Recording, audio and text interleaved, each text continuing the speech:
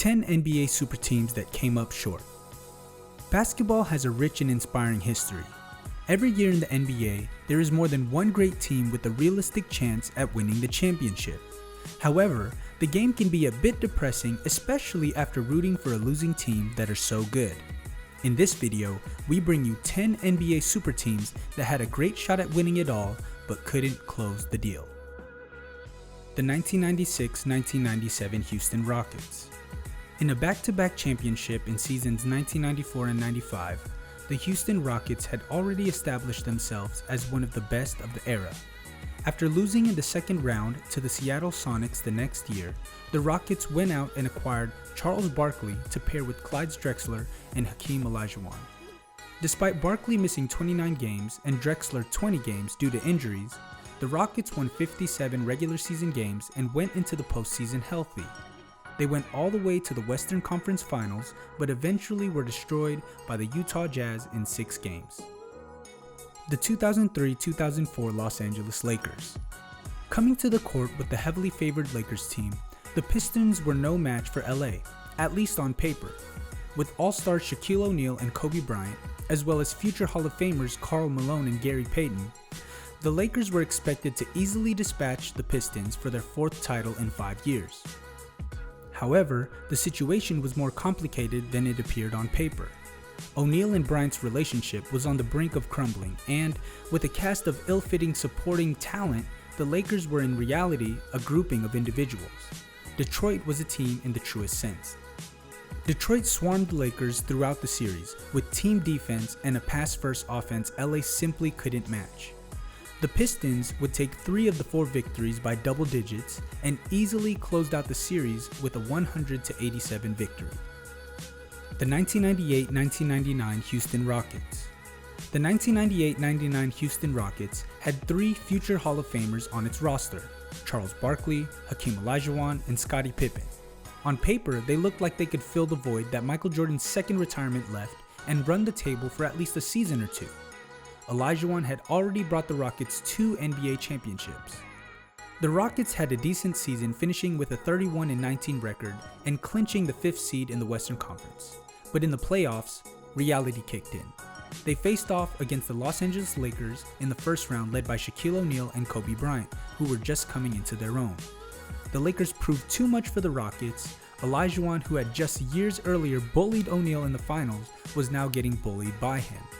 Pippen and Barkley's relationship deteriorated throughout the season. This didn't help in the playoffs when they probably needed each other the most. They only won 1 game and lost the series 3-1. The 1982-1990 Dallas Mavericks. The Mavs have had 2 good squads and many terrible ones since being founded in 1980. One of the good squads won a championship in 2011, but back in the mid to late 80s, Dallas had an exciting, up-tempo team that could run circles around the Lakers.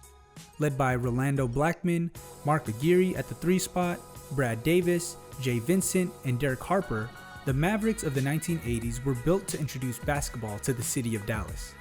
The Mavs were good enough to come out on top of a competitive Midwest division in 1986-87, but Showtime was too powerful, and Dallas, loaded as it was with high draft picks, couldn't gel when the playoffs rolled around.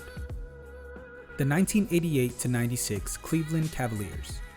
Prior to the King James era, the Cavaliers last enjoyed hoop success in the 1990s, when the neighboring city Chicago dominated the basketball landscape.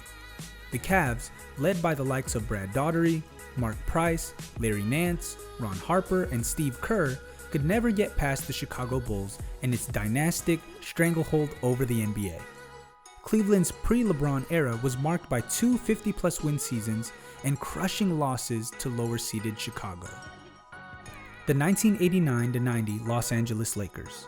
The 1989-90 Los Angeles Lakers had Magic Johnson, James Worthy, rookie center Vlade Divac, talented scorer Orlando Woolridge, and legendary head coach Pat Riley. The team had made a trip to the NBA Finals the year before and won it the year before that. So when they finished with a 63-19 record and sat atop the league at the start of the playoffs, nobody flinched.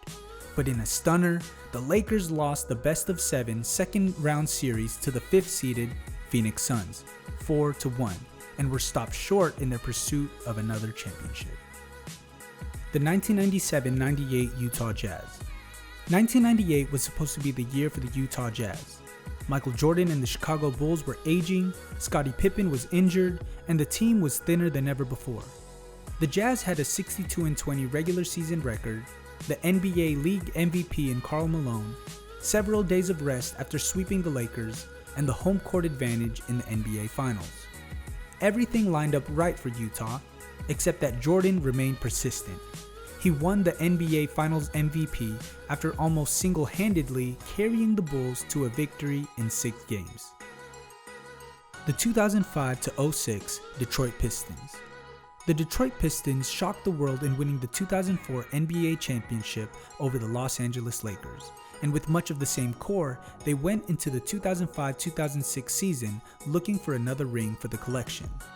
Flip Saunders and his club went 64-18, best in the NBA, and easily advanced to the Eastern Conference Finals against the clearly lesser Miami Heat.